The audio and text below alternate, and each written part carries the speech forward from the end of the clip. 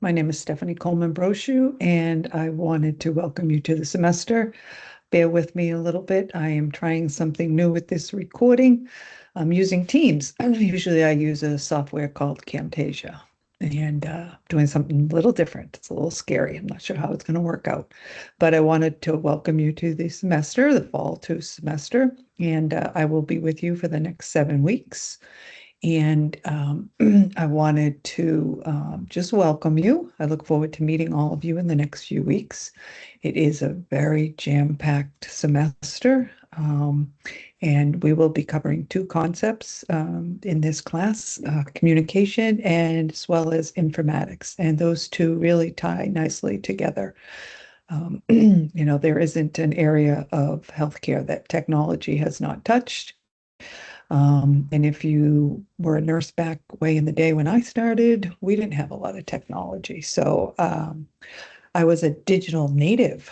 And now I think I'm probably a little bit more proficient, but I still have a ways to go. So we'll be learning together.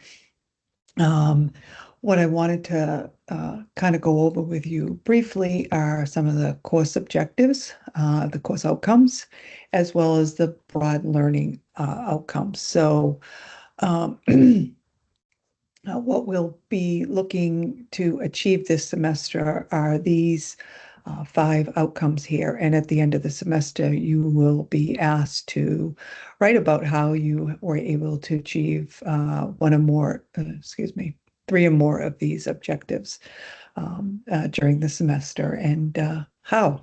And these are some of the broad learning outcomes that are included in the Bachelor of Science in Nursing program. And communication, as I've highlighted here in blue, is a critical piece of those broad learning outcomes.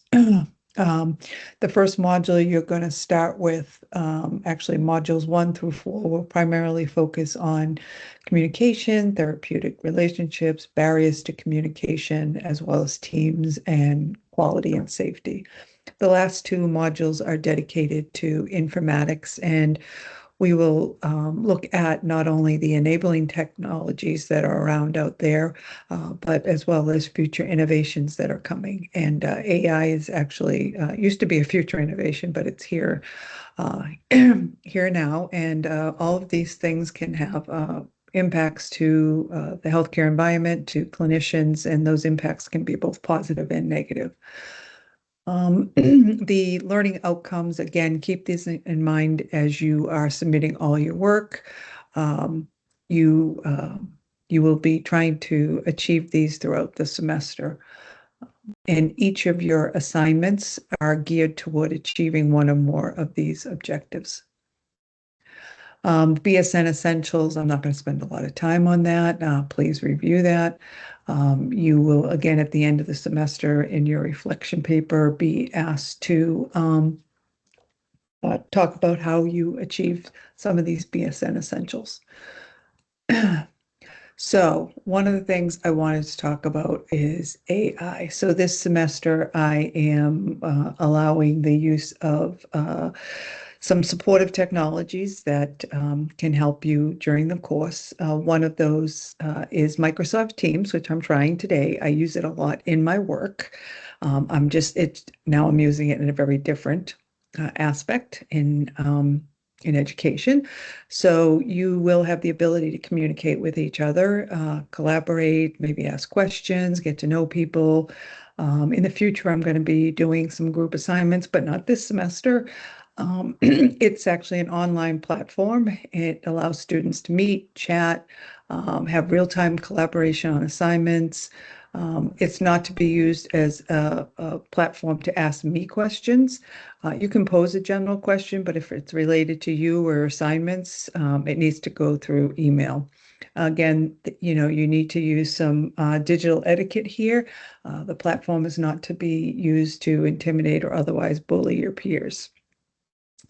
The other thing that we'll be using is, excuse me, is AI. Now, both of these teams, and I'll talk a little bit more about AI and Teams, but what I wanted to talk about was that these allowing the use of these tools in class helps you to develop some of your critical thinking skills.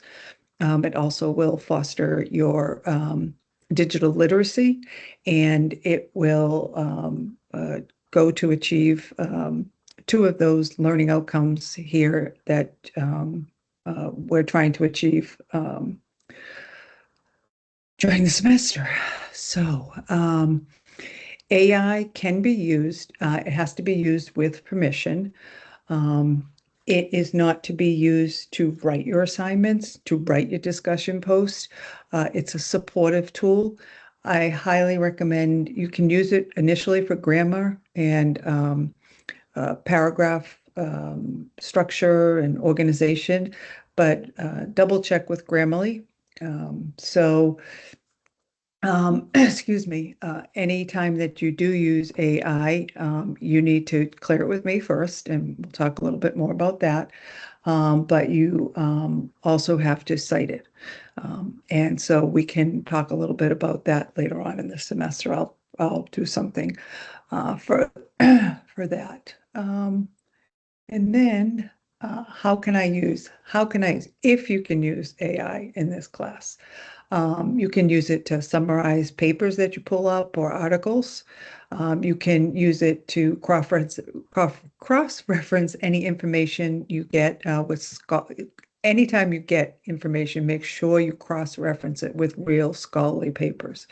You can use it to assist with your citations, with your APA format. That's a great way to do it. You can use it as a supplement to your critical thinking. I think if you were recently passed your NCLEX, they're using it now to help study. I know that in some programs they're using AI to help with case-based scenarios and simulations. And again, you can use this for grammar, paragraph structure. I use it a lot in my day-to-day work to take notes and help me with creating meeting agendas and action items and following up on those. When you're using AI, you don't want to plagiarize. You want to use it correctly, and you want to cite your source correctly. You don't want to assume that the grammar is correct. You also don't want to over rely on these tools. We don't want it to think for us. Every time you use AI, make sure you are very aware of the potential for bias. There's been a lot of that that's been discovered. Certain ethnic groups and different populations have been excluded from some of the AI and some of the calculations or results that AI may produce. And never ever enter any of your personal information or PHI into an AI tool. And the use of AI in this class needs to be requested. You need to request it, and it is at my discretion for this semester. If permission is granted, it may be used for your two of the papers, the innovation paper and the reflection paper, and it is never to be used for your discussion post. I personally feel that that's one area that you need to do some critical thinking, and I want you to spend time thinking about what you want to post and how you're going to respond to your peers as well. I think that's probably as important as your initial post. The next thing we want to talk about here is getting started. So we have our syllabus that is posted. Please do whatever you need to do in order to organize your life. All of the assignments are that can be posted, are posted, and you can see them in the calendar that is in Brightspace. The only bad thing about Brightspace is the way the discussion posts are built and the way the system's configured for Elaborate. I can't put an end date on those. So typically your initial post is due on Friday by 11:59 p.m. and then your replies are due by Sunday night at 11:59 p.m. If you do not put in an initial post, you will not be able to put in replies. And there needs to be a span of time between your initial post and your replies, typically at least 12 to 24 hours. One of the things that I want you to do when you first do this is create your profile. So when you go into Brightspace, you'll notice up in the upper right-hand corner, it probably has your initials. If your picture isn't there, there are instructions on how to put your picture up there. That's very important because we don't want to see SCB during the semester. We will actually want to see somebody's face. Okay. One of your first assignments is going to be, in addition to setting up some accounts with the IHI and CDC, if you haven't already, is to do an introductory post and introduce yourself to me and your peers. The other thing you probably should be doing in the very first part of the semester is organizing your semester, however that works for you. For me, I use an online calendar. I live and breathe by that. I have reminders that come up. Time management is critical. Every single semester, I have somebody, one or more people who something happens that causes them to, let's just say, take their foot off the gas and they fall behind. There are ways to keep you up to pace or to, excuse me, for you to be able to successfully pass this class.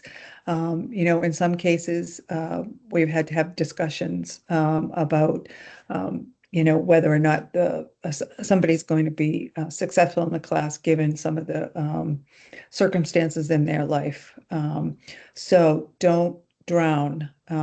Before you feel like you're drowning, please reach out and let's have a conversation about your assignments and getting your work in on time. The next thing I wanted to talk about was housekeeping. There will be a class that's coming up. It is listed in your on the excuse me, on the syllabus. Please reach out to me by email. I don't have campus access. I am an adjunct faculty. I typically will reply to emails within 24 hours. I have a busy daytime job, so sometimes I'll just let you know that I received the email and that I'll give you a larger reply later on in the evening.